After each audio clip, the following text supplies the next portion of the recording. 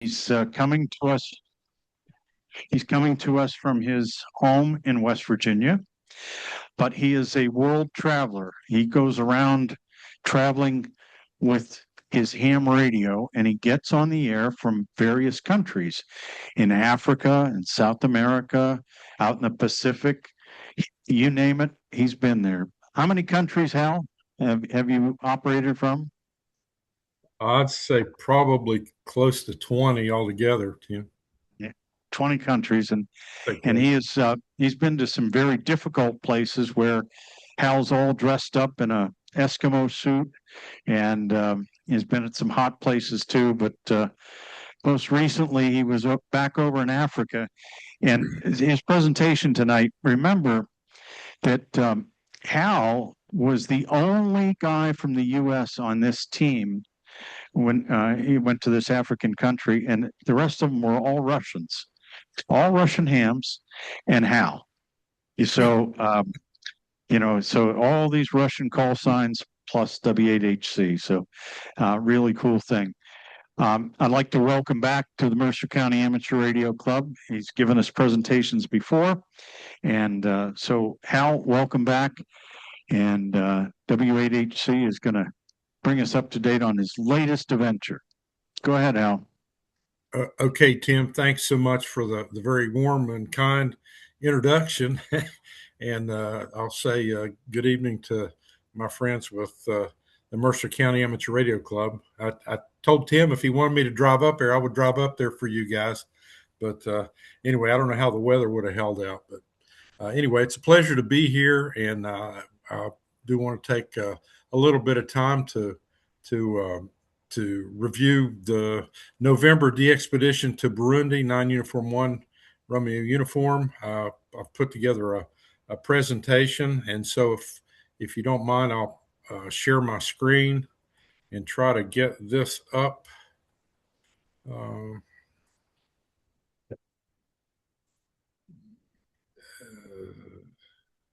It's want me to sign up.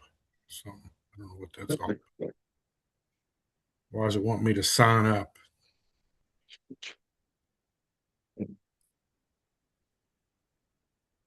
I've got to sign in. Can you see my screen? No. No, we cannot, Hal. Okay, let me try this again. Share. Yeah, Your it's coming screen. now. Maybe. Maybe. Let's see if this Maybe. works. There we go. You see Just that?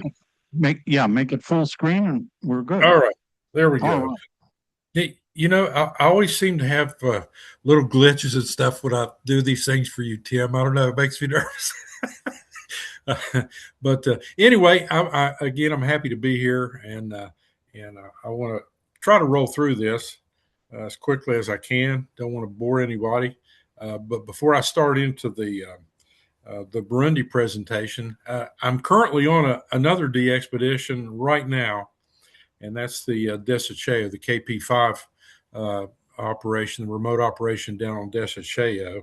And I hope those of you that chase DX will have an opportunity to work this de-expedition of Desacheo. I think it's number 14 on the most wanted list, and I think we're doing a pretty good job knocking it out of the park in terms of giving it to the deserving DXers. Ezekiel HI3R, he developed these what he calls remote deployable units, or RDUs. We've got 2 radios on the island that are standalone, using batteries with solar power. So, if you're following along, we're running low power to compromise vertical antennas, and still doing quite well. Earlier this afternoon, we were up to 95,000 and change. We expect to break 100,000 by Thursday, with 18,000, almost 19,000 uniques. And I think Otis is wanting to get 20,000 uniques after all said and done. If you look if you look at the breakdown, it's a very, very even split. It's a good split in terms of the modes, with 18,000 SSB and about 31,000 CW, and the balance on the digital modes, which is pretty significant. But and then that equates to, right now we're standing at 7-band DXCC, and if we can get a few more on 80 meters, we'll get eight band. But for me, and as someone that's tried to get to some of these remote locations that are administered by the U.S. Fish and Wildlife Service, and unsuccessful, by the way. The most significant stat for me, and I've tried to stress this to Otis, is as of today, this operation has gone 43 days without any operator stepping onto that island and compromising the biodiversity. And so that's pretty significant. Where we can take that to the Fish and Wildlife folks and other agencies, and perhaps that'll help access some of these other top 25 DXCC entities that we've been unable to crack. Early on, we were getting a lot of static from the Europeans. So this was a North American operation, but if you look at the numbers there, percentage-wise, about 48% North American and a little over 41 European. And so none of those folks in Europe can complain about that they're not getting treated well in this DXpedition. So if you'll have any questions about the Desecheo operation, again, it'll supposed to conclude next Tuesday or Wednesday. So you've got another week. If you haven't worked them and you need them, work them, because it's going to be a long time before anybody goes back. So with the 9U DXpedition, the biggest question that I get is, how did I end up with a team of Russians, the Russian DX team? And these guys are very proficient. They've got quite a track record in some of the expeditions that they've been on. And it kind of goes back to my participation with the Russian Robinson Club. I've been on 4 expeditions to remote locations up in the Aleutians and out in the Pacific. And then we did the TI-1 RRC, and then the Panama 3 Fox 3 RRC earlier last year. And it was predominantly a mix of Russians and Americans. And so one of the team members on the TI-1 RRC is Oscar Kilo 8 Alpha uniform, is Slav, who's actually formerly from Russia. He was Romeo Whiskey 8 Alpha, and Slav emigrated to Czech Republic about 12 years or so ago after his wife passed away. He had some family there. This past year, he was prolific in his activity. He went in February to the Central American activity that we did from the 2 countries down there, and then he and some of the other Russian guys went out to Mozambique's Charlie 93. They did 2 IOTA activations out there in July. And then in November with the 9U group. And so he had asked me if I would possibly be interested in going to on a Russian DXpedition. And I told him that I might be. And by mid-March, I got an email invitation from Vasily, who was the team leader of the 9U1RU DXpedition. And I explained to him that I was going to be having a total knee replacement in April, and that I would pending the outcome of that, I would let him know whether I'd be interested. So fortunately, with the help of my long-haired dachshund Barney, I was able to get the needed treatment, and I was able to walk again, and so I signed on to the 9U1 DXpedition. Meanwhile, I'm looking to see what I can find out. For me, this traveling stuff that Tim alluded to, it's not just the radio. I like to know what I'm getting into and study and whatever. And one of the things that I did learn, in addition to Burundi being number 60 on the most wanted list, that it's kind of a dangerous place. It's a poor place.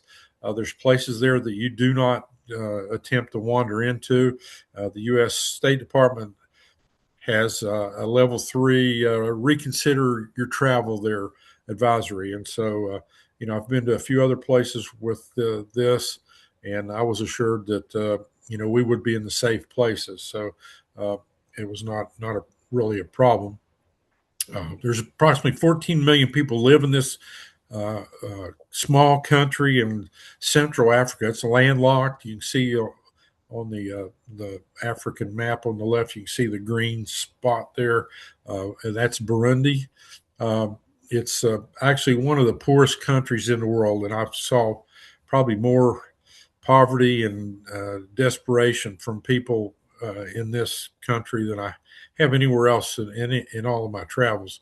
The country is located on Lake Tanganyika, and I remembered from my eighth grade geography discussing Lake Tanganyika, and I thought, yeah, this would be pretty cool to have an opportunity to see a place that I'd read about in a book. So, booked my flights in August, flew to Atlanta, and then on the Ethiopian Airlines to Addis Ababa and to Ethiopia. And I would arrive on the 30th of October, in Bujumbura, which is the capital. It's the economic capital of the country. The Russian guys and Vlodek, who's actually from Poland, but right on the border, they would arrive the day before, so they got there a day ahead of me. And just to introduce you to the team, Leo is RW9JZ, ARC U8HC, and then Slav OK8AU, myself, Big Mike RU3UR, Vlodek SP6EQZ, Andy RA4DX, Nick, who was our primary phone operator, R5EC, and Vic UA3QLC, and Vasily, the team leader. So this was the team. There were 10 of us originally. 2 of the guys would have to leave after 8 or 9 days. They had to go back to work. And so, in the preparations for this, the expedition, obviously there were some language barriers. And, for for Vasily, who was, the team leader trying to make the plans and the arrangements. He's working with folks in Burundi, and they speak 3 different languages there: Kirundi, French, and some English. And so, we utilized Google Translator a lot. His English, Vasily's English is pretty good, and so he was able to communicate with me. We did have some issues with the internet restrictions.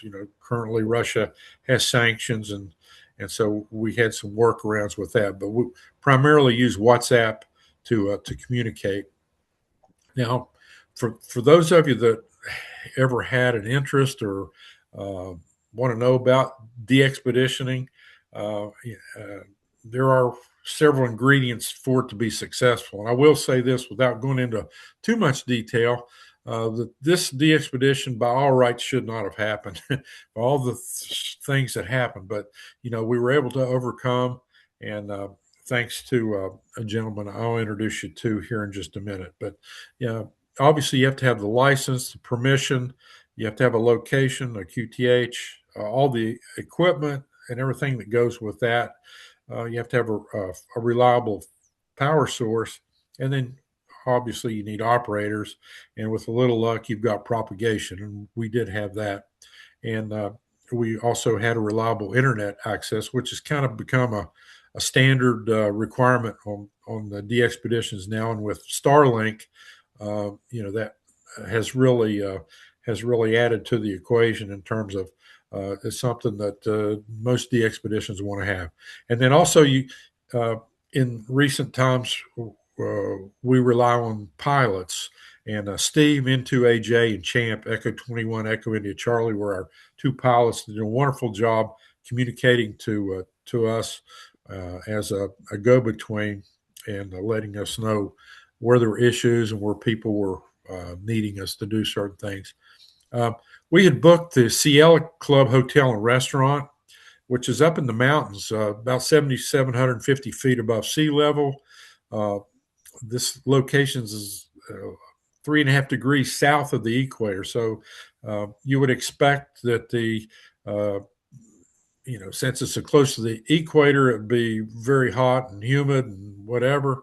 But due to the elevation, it wasn't. And at that elevation, we would see weather change on a dime and change dramatically, where you might be out in the sun 1 minute and the next minute you've got a coat on or uh, what have you. So this is the entrance to the to our QTH.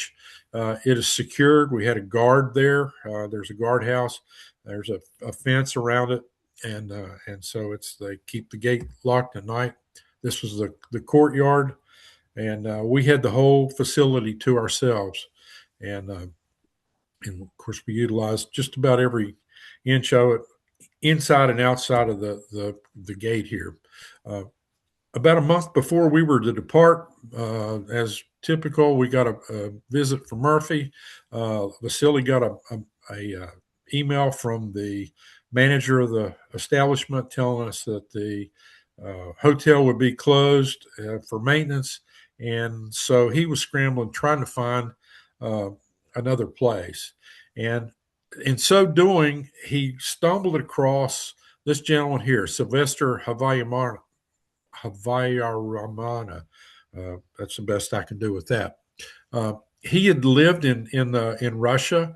He'd gone to school there. He's originally from Burundi.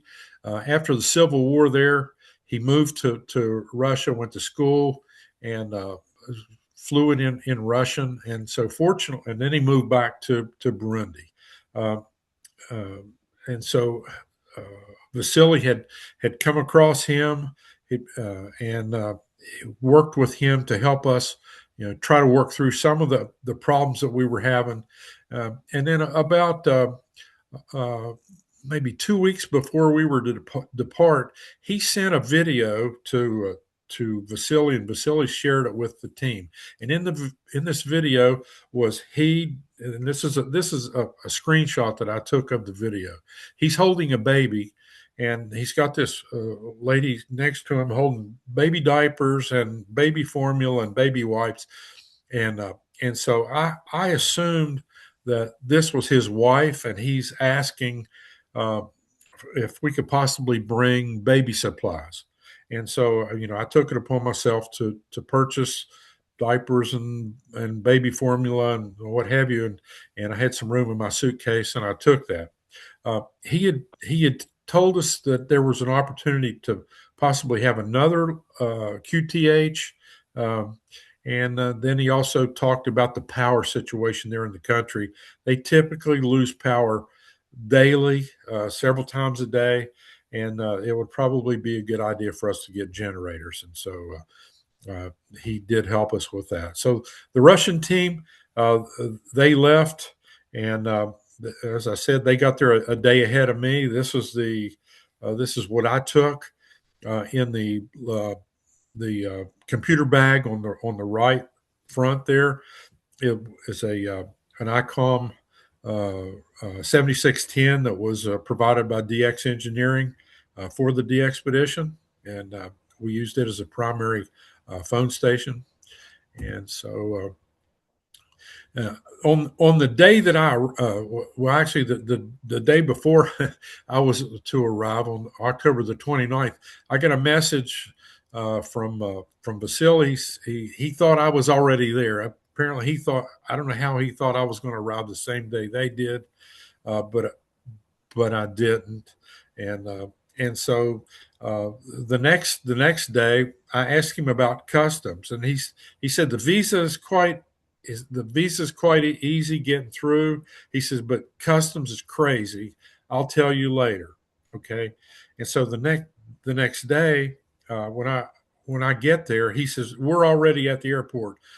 There was a lot I didn't know what had happened. You see, everything that they had tried to bring in the day before had been taken and had been confiscated and had been put in storage there, and they had it in a freight warehouse. So they had spent the first night. They didn't have any change of clothes. They didn't have anything. When I came through customs, they took the 7610 from me, and told me that I was going to have to pay it was something like $450 tax to bring that in. And obviously, I'd never experienced anything like this. And I'm on the phone trying to get a hold of Vasily and telling him, I need help. And so I did finally meet outside of customs there. I met the other guys who had been there all day. They had been there all day trying to get their stuff out of customs that had been confiscated, and and so just to make a long story short, uh, there was a lot of negotiation went on. Uh, they had 7 or 8 pallets of stuff, and as I said, I had the ICOM radio, and you can see it in the warehouse there. They're going through and looking at everything, itemizing stuff, and they are going to present a final bill to Vasily, uh, working with Sylvester to to let us know how much we owed for just to bring all this into the country. They had already made arrangements to have a truck. We'd hired a truck to take everything to the hour and a half drive up to our QTH, and it was on standby there. We're standing by, standing by. And if you notice, Sylvester, uh, he's counting cash. And so it's very unusual there. Everything's done in cash. There are no receipts. There's no paper trail. It's a third world country, and things are done a little differently there. And so we were able to get everything out of Hawk, if I can use that term.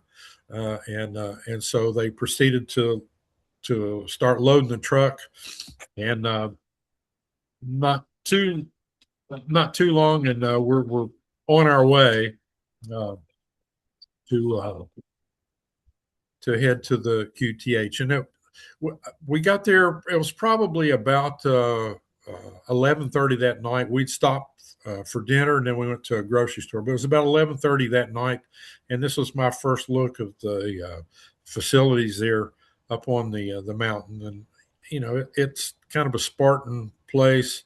You had warm water uh, and a towel. And so the next morning, Sylvester came. I had an opportunity to talk to him some more. I gave him the diapers and the baby supplies that I had brought over. He was very grateful, but he told me that was not his wife, and so he told me about who he was and what he does. He has a ministry there. It's called the Back to Life Association. He told me all about it, and so I won't go into a whole lot of detail here, but they have a website, backtolifeburundi.org. You can learn about him. He's just a terrific guy, and you'll see his backstory there, where when he had gone to Russia, he hooked up with a church there, and they actually sent him back to Burundi as a missionary. And then he sent me a video next day or so of the stuff that I gave to the lady there with her baby, and he was very grateful that I had done that. So the first day there at the QTH, we immediately put up a spider beam for 10, 20, and 10, 15, and 20. A couple of the guys put a couple makeshift stations up in one of the rooms. And meanwhile, we're out putting up the antennas. It's a work party. If you've ever done field day, you know what it's all about. This is field day on steroids. And we had everything set up to run 2 separate rooms with one room for the human modes, if you will, and the other room for the digital modes. So we had kind of like 2 of everything for the work bands, 10, 15, and 20. And then we had bandpass filters for 80 and 160 with high power. And this is Vlodek sitting there operating. Meanwhile, we're bringing tables in, and we're trying to put things together where we're going to have both stations running full bore. This was the first time. It's the only time that I've ever, the first day there, 160-meter vertical goes up on all the D expeditions that I've ever participated on. It's, after maybe the second or third day, they start thinking about putting up the 160-meter antenna. But this was one of the first antennas that actually went up. And we had receive antennas as well. We had two different receive antennas. This is the work spotter beam for the human mode stations. This is looking east, and you'll see other representations from up above. And we had visitors watching us. They were quite intrigued by what we were doing, and they wanted to help us, but they were wanting money as well. So anyway, that was the name of that. Leo had a homebrew 7-element 6-meter beam that we put up. We originally put it in the front, but it ended up going back a little bit higher, and we were constantly changing antennas, putting antennas, moving them around, and trying to maximize our antenna footprint. So this is what we ended up with. Looking at the satellite map, you'll see the upper arrow there on the right. That's where that's the front of the hotel, where all of the human mode antennas were, and then the arrow on the left was the back of the hotel, which is actually going up a hill. You can't get that. But that's where all the digital antennas were. But as I said, we had 160-meter vertical, we had an 80-meter vertical, we had two 40-meter verticals, one for each digital and human. We had two sets of the 10, 15, 20 spotter beams, two work spotter beams, and then we had a 5-element 10-meter hex beam that we ended up putting it up, and because 10 meters was hotter than a pistol. Then the 6-meter beam, we had a sloper that was a sloping dipole for 60 meters. And then, as I said, we had the beverages. And so this is the phone CW, the human mode room. And early on, we made some changes to it. And we were running 4 high power stations in here, 500 to 750 watts. And here's the guys in here operating.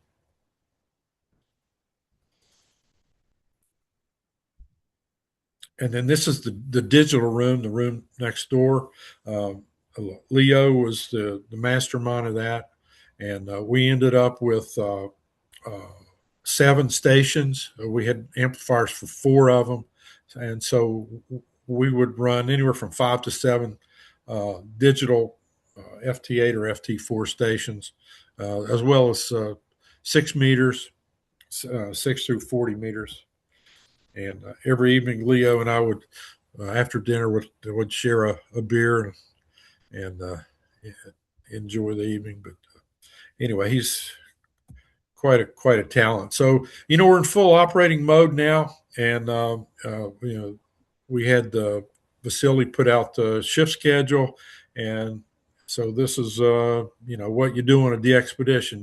You operate, you sleep, you eat, and you do whatever until you can't. And so we learned early on one of the main problems that we had was the power. The service to the hotel was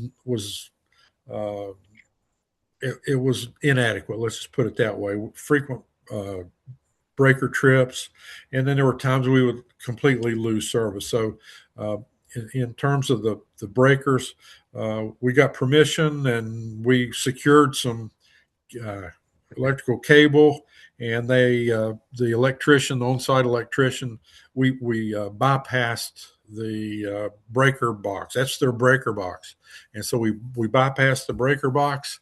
We ran two lines, 2 circuits to the human mode QTH, and so that kind of took care of part of that issue. And you can see the white cabling. If you look coming across the roof, that was about 120-foot run, and then you see another white cable going down. Those are going to the generators, which you'll see here in a minute. So we took care of that problem with the breakers tripping all the time, but we couldn't do much about when we lose service from the commercial power. And so this is where Sylvester, he'd secured two 7,500 watt diesel generators, and so we used those, but because only one of them was healthy, we were only able to use one, and we decided to just use it for the digital room. And so there were times where we would lose power on our human modes. The digital ran pretty much all the time. And so if that wasn't enough, you may recall there were two X-class solar flares on November 11th and 12th, and pretty much just shut us down because there was nothing going on. So what do you do when the bands die? You go out to catch some sun if the sun's out and drink a beer at 7,750 feet above sea level. It doesn't take long, you'll get sunburned, or you sit out there and tell stories.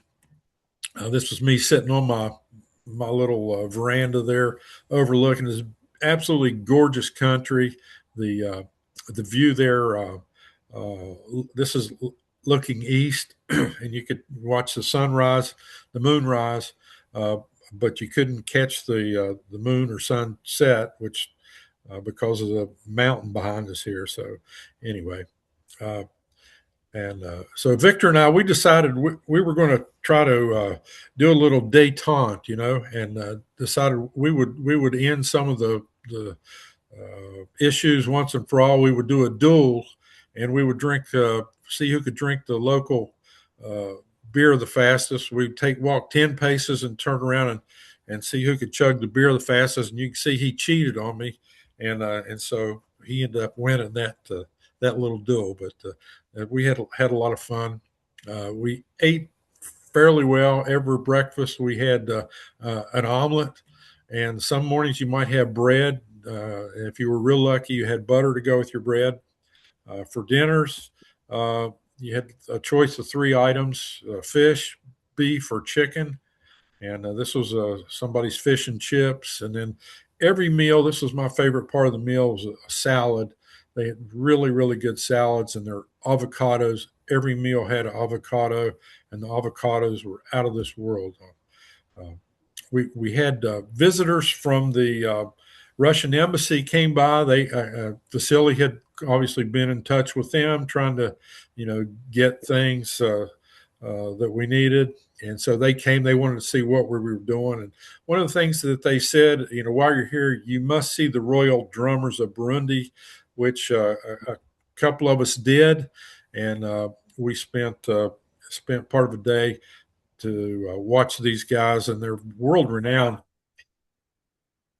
And I realize I don't think you have audio, but the audio of this is really fascinating. You might Google or YouTube the Burundi drummers and watch some of their performances. It's really really intense.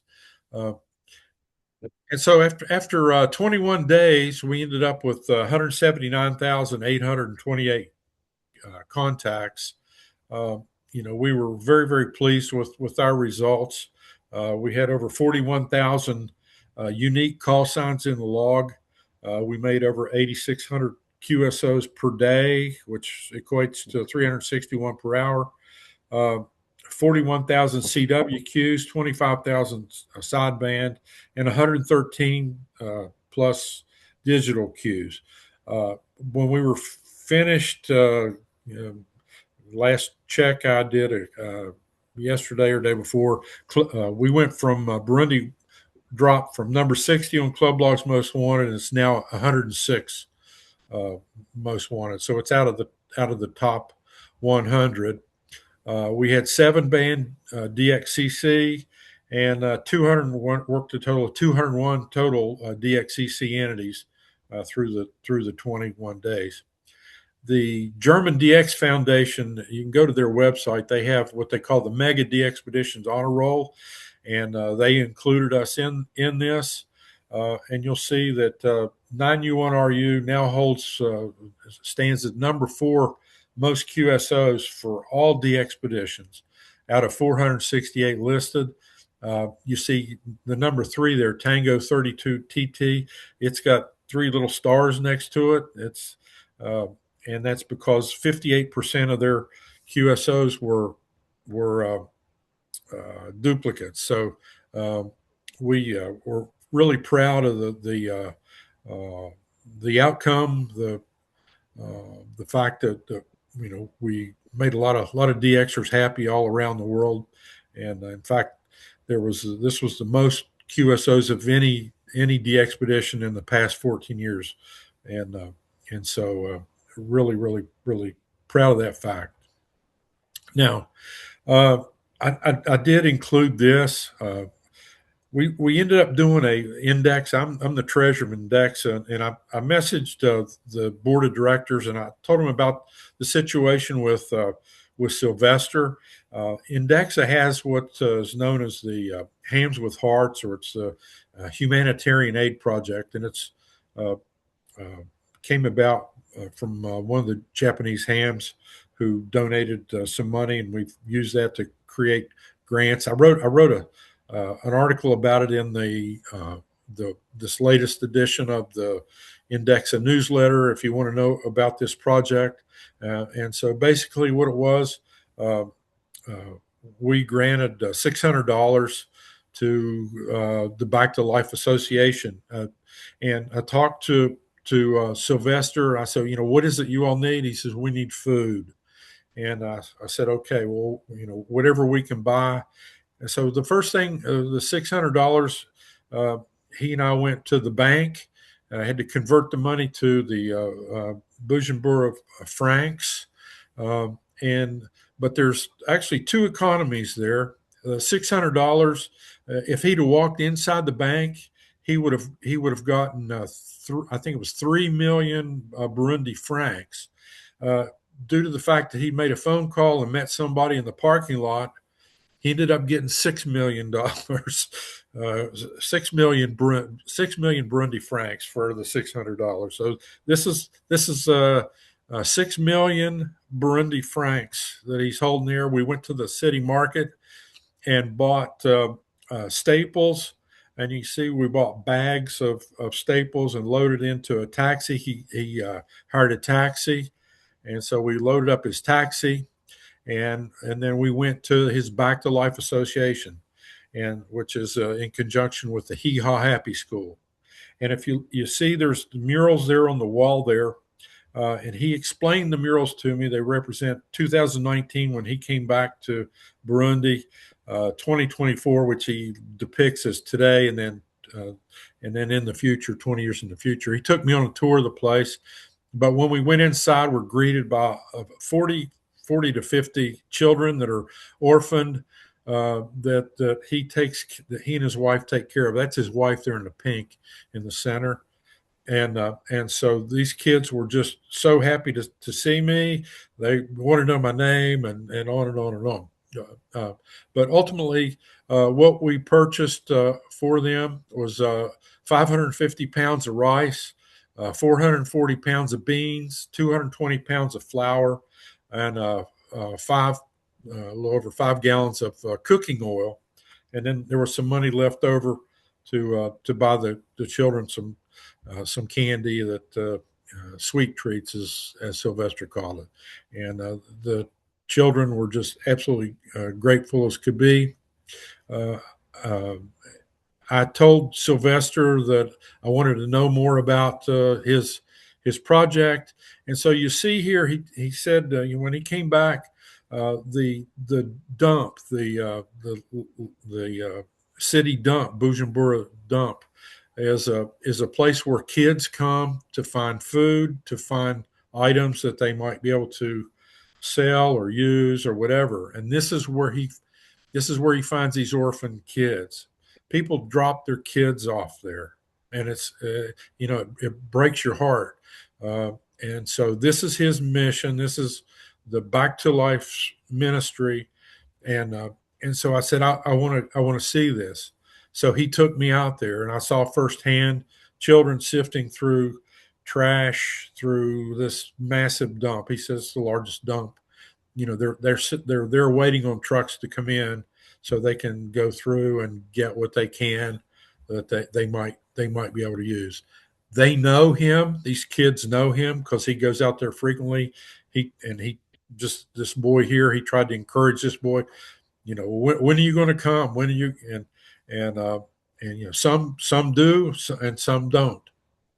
And so for me, this D expedition was kind of a game changer for me, to kind of pause and reflect. This is a great hobby, but putting it in perspective, there are things that we take for granted, and your basic needs and so forth, and so I'm just so grateful to be able to do what I do, and I'm so grateful to God that I'm able to do these things, and I have what I have, and I'm thankful to Sylvester for having the courage and the wherewithal to do this. And one of the questions that I asked him, I says, this seems like such a daunting task. There's so much poverty and there's so much need. And he says, I know. He says, it's just, one day at a time, one child at a time. And so, I'll never forget that. So I'm grateful to Slav for the invitation. As Tim said, I was the only American on the team. In fact, I'm the only American that's ever been invited to participate with the Russian DX team. And in all likelihood, I will get another invitation. At least that's what they told me. And so I hope that does come to pass. I'm grateful to Tim and DX Engineering. He did host a one of his podcasts and one of his online shows, and I hope we did a good job with that, Tim. And I always look forward to supporting you because you just do such a great job supporting us. And again, this was the team, and I guess that's the end of the presentation. I appreciate this opportunity to share this with you. And if any of you have any questions, please feel free to ask. Hal, he made quite a few FTA contacts on 6 meters. Did you work North America? We made one continental North America QSO. We worked into the Caribbean, which is North America, but no, we could not get the path, the opening to on 6 meters. We had great openings to Europe. We had great openings to the Far East. We worked China. We worked Japan. Worked Southeast Asia. We had some great openings there on 2 occasions, but we just couldn't get anything to the U.S. and North America. Okay, you can stop your screen share so we can see you. See how I can do this. Anybody have any questions for Hal? Oh, you in the back. Yeah, Al, the Russians, what equipment were they using? Mostly Japanese equipment? We had K3s, and we also had these Sun SDRs. They're real big on the Sun SDR, but they love K3s. That's a good de-expedition rugged. Well, then there's radio. no hand equipment made in the Soviet Union. Not that I'm aware of. Okay. I don't know. They didn't have any, but these guys, they're very what's the word? Ingenious, I guess. They you know, they repaired two amplifiers on the fly, and you know, they're constantly wanting to tweak and change the antennas and you know, trying to maximize the signals. I learned probably as much from this DXpedition as I have any, you know, that I've been on, just from the technical aspects. And you know, I think you know, I might have learned more. They told me to stay out of the way.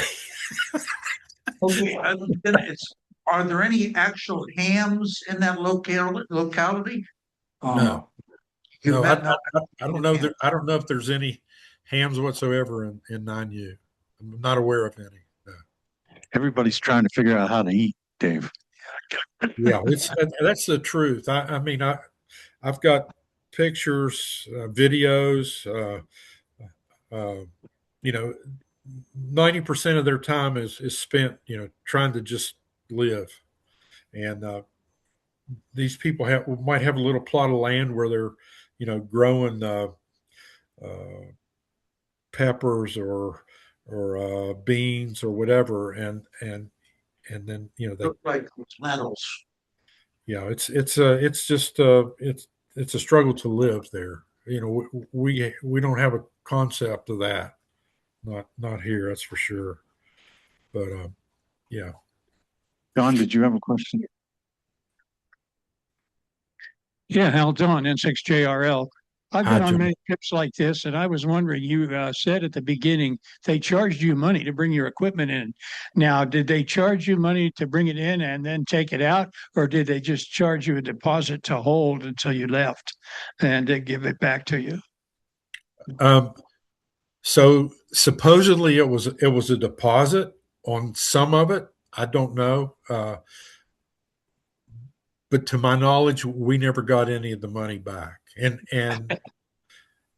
I don't think there was any expectation that we would get the money back. I mean, they don't give you a receipt. You know, what are you going to do? But I think it was somewhere in the order of $5,000 was required in order for us to get everything out of customs. But How I don't. did you guys plan for that? I mean, did you have $5,000 in your pocket for this purpose? Yes. Well, so you had some intelligence ahead of time that Yeah. you were going to get held up. Right. Yeah. But And that's the way it is in Africa. yeah. Yeah. There's a reason that, the expeditions in Africa are hard. And that is one of them. The other Yeah. is some of the countries you've got to have time security and guards and guns. Jeez. Yeah. When we were at Ghana at 9G4X a couple years ago, we stayed on a compound there, and we had an armed guard who was there on site at night, and you might walk out to you know, from your room to the other end of the compound to the one of the stations were down there, and he'd be sitting in a one of these resin chairs kind of in the corner, and he had some kind of an automatic weapon, and he wore black leather. He was a big old strapping black guy, and it was kind of unnerving. You know, you walk past and you're going, hey, how you doing, buddy? friend here. Yeah, but and we had to pay him. You know, I think we paid him. It was like $300 for a week. Yeah. It's worth it. You know, I mean, because you don't know. It's just like you say. No, we and I don't think many guys have an appreciation. We're sitting over here in the U.S. and we're working you on 20 meters, 10 meters, 15 meters, and we don't know all the backstory here. We don't know how hard this is. We don't know how much money it takes to do this. You know, and when you tell the story about the $5,000, I mean, Don here, he had more gumption than I did. I wanted to know, but I wasn't going to ask you. Yeah. I was just curious, but I could tell the frustration. And then, you know, the power issue. And then you say, well, we'll get these generators. Whoop, oops. One generator doesn't work and the other one's on life support. And but the bypassing the breaker story, that is classic. I mean, I would never have thought to do that. Never, never. You know, I've been to Russia. I've operated from Moscow, and Russians, whatever it takes. You know, there are no rules. Yeah, They love this radio hobby, yeah, and you saw that. I mean, you were in the belly of the beast. yeah, God, yeah. God bless you because I couldn't have done it. You did a tremendous thing, and our hats are off to you now. Well, I'm thank just you. glad you're back alive after all Yeah. that. Well, I didn't have any tense moments. These guys were gonna take care of me. So, uh, but I do look forward to to working with them again sometime. So, some of them, I think, 5 of them are going to be. If you've read about the RI1 FJL, the Franz Josef Land, they're going to be going to Franz Josef Land later this year, which I think Franz Josef Land is like number 40 on the most wanted list. And this will actually be the first DXpedition to Franz Josef Land. And so they'll do a full blown. I look for 100,000 plus Qs from those guys. Normally it's just one or two guys go there and they operate radio in their spare time as working at the weather station or whatever. But no, they got permission to go do a full blown DXpedition there. So I'm looking forward to that. I need some challenge points from FJL. Hal, I know you're well connected, and Adrian is the chairman of the directors in Indexa. Right. We got this boat going down to Bouvet. Right. What do you think? What do you think? What's going to happen? Well, I tell you what, I've told people this already, Tim. I was as you know, on the 2018 attempt with 3Y0Z and Bob Alphin and Ralph and the guys, and you know I like the chances with this DXpedition. I think their helicopter, which I've said all along, that's the only way to access that island safely. And to get the equipment over on there. But my understanding with this helicopter and the vessel that they have, it's what's the term, fit for purpose, and so I'm very optimistic that they will be successful. Barring any unforeseen mechanical issues or what have you. But yeah, I like their chances. Don't underestimate the brutality of that island and that location. I've never in all my life seen anything as daunting. The weather there, just it's crazy. So my hats off to them for trying. For Adrian and for Ken. I don't know if any other guys had been there before, but for me, my one trip there was enough to tell me I don't want to go back to that place. And so I give them credit for they were there, they actually went on the island, and they're going back. So God bless them. I hope they're successful. And it's true when it comes to Bouvet, because I think you'll know this. There have been more humans on the moon than have been on Bouvet. Yeah. Yeah. That tells you something. Does anybody else have any questions? Online, guys, any questions for Hal?